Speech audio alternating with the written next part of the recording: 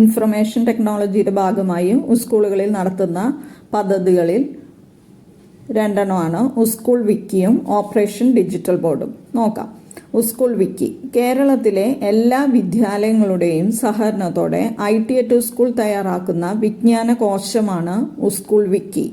വിദ്യാർത്ഥികളുടെ സർഗാത്മക സൃഷ്ടികളും അധ്യാപകർ തയ്യാറാക്കുന്ന പഠന സഹായ വിവരങ്ങളുമാണ് സ്കൂൾ വിക്കിയിൽ പ്രസിദ്ധീകരിക്കുന്നത്. അടുത്ത പദ്ധതിയാണ് ഓപ്പറേഷൻ ഡിജിറ്റൽ ബോർഡ്. വിദ്യാഭ്യാസ പുരോഗതിക്കായി ഡിജിറ്റൽ സൗകര്യങ്ങൾ ഉപയോഗപ്പെടുത്തുന്നതിനുള്ള ഒരു പദ്ധതിയാണ് ഓപ്പറേഷൻ ഡിജിറ്റൽ ബോർഡ്.